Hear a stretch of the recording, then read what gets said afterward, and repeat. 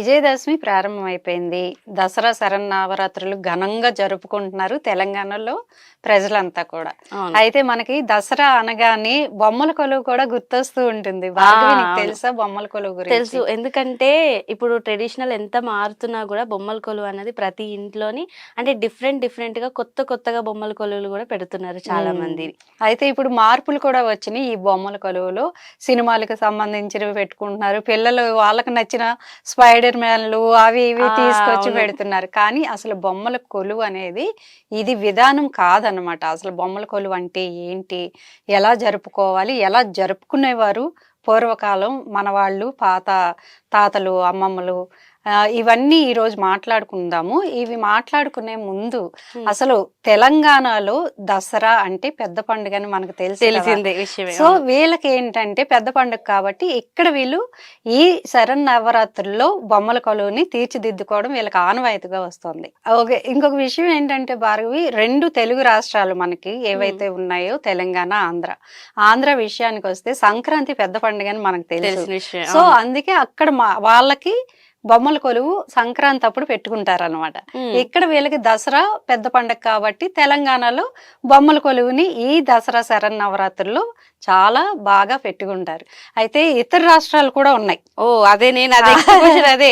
అంటే వేరే రాష్ట్రాల్లో కూడా బొమ్మల కొలువు కూడా డిఫరెంట్ గానే పెట్టుకుంటూ ఉంటాయి. వాళ్ళ సంస్కృతి వాళ్ళకి ఏది పెద్ద పండుగగా వస్తుందో దాన్ని బట్టి వాళ్ళ సాంప్రదాయాల ప్రకారం బొమ్మల కొలువుని తీర్చిదిద్దుకుంటారు అనమాట. అయితే ఇప్పుడు ఇన్ని బొమ్మల కొలువు అంటున్నావు, అసలు బొమ్మల కొలువు ఎప్పటి నుంచి మొదలైంది, ఎలా పెట్టుకుంటారు, ఆ బొమ్మల కొలువు ఎలాంటి బొమ్మల్ని వాళ్ళు డెకరేషన్ వాటికి ఉపయోగిస్తారు అన్నది తెలుసుకోవాలంది నాకు. మొత్తం వివరంగా మనం ఇప్పుడు ఆ విశేషాలన్నీ కూడా విజువల్స్ ద్వారా చూద్దాం. ఓకే. దసరా నవరాత్రుల్లో బొమ్మల కొలువు పండుగని జరుపుకుంటారు. ఈ బొమ్మల కొలువు అలంకరణకు 9 మెట్లుంటాయి. వారి కళాదృష్టి, ఆర్థిక స్తోమత, సౌకర్యాలను బట్టి వాళ్ళు ఈ మెట్లపై రకరకాల బొమ్మలను అమరుస్తారు. పై మెట్లపై దేవుళ్ల బొమ్మలను ఉంచుతారు. అమ్మవారి బొమ్మలు కూడా ఉంచే ఈ చోటిని సత్వగుణానికి ప్రతీకగా నిర్వచిస్తారు. కింద ఉన్న మెట్లపై ప్రాపంచిక జీవితానికి సంబంధించిన బొమ్మలు ఉంచుతారు. అవి తామస గుణాన్ని ప్రతిబింబిస్తాయని అంటారు.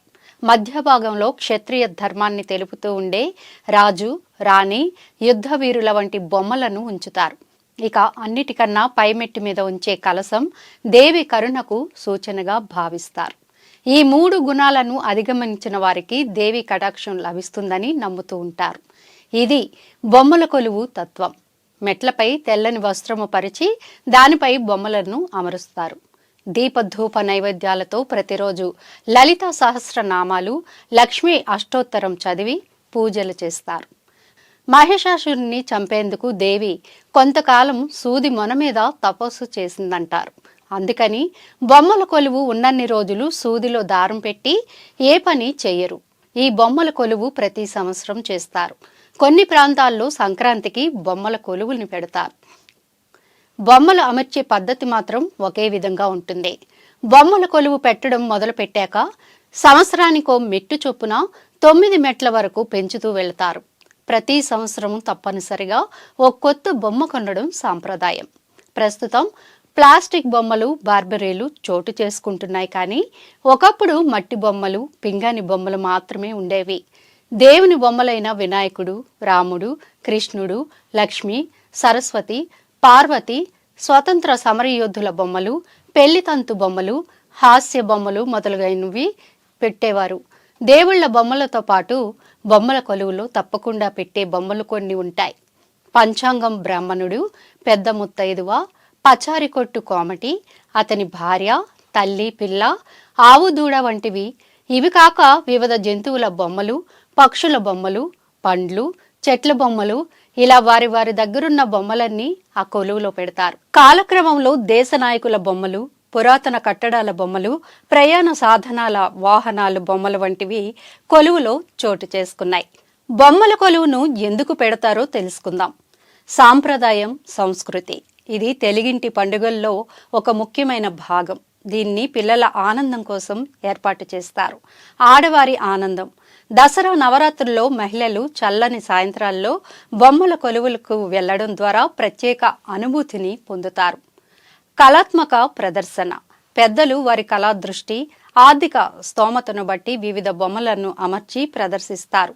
కుటుంబ వేడుక బొమ్మల కొలువు అనేది ఇంటిల్లిపాది భాగస్వామ్యులతో పండుగను సంతోషంగా జరుపుకునే ఒక ఉత్సవం. ఇక వంశపారంపర్యత బొమ్మలు ఒక తరం నుండి మరొక తరానికి వారసత్వంగా అందించబడతాయి. అంతేకాదు అనేక తరాల నాటివి కూడా దీనిలో కొలువు తీరై ఉంటాయి. సో మొత్తానికి బొమ్మల కొలువు గురించి చాలా విశేషాలు చూసాం కదా. అవును. అలాగే అందరికీ మన దాత్రి టీవీ తరపు నుంచి, అలాగే మహతి భక్తి టీవీ తరపు నుంచి కూడా అందరికీ విజయదశమి శుభాకాంక్షలు.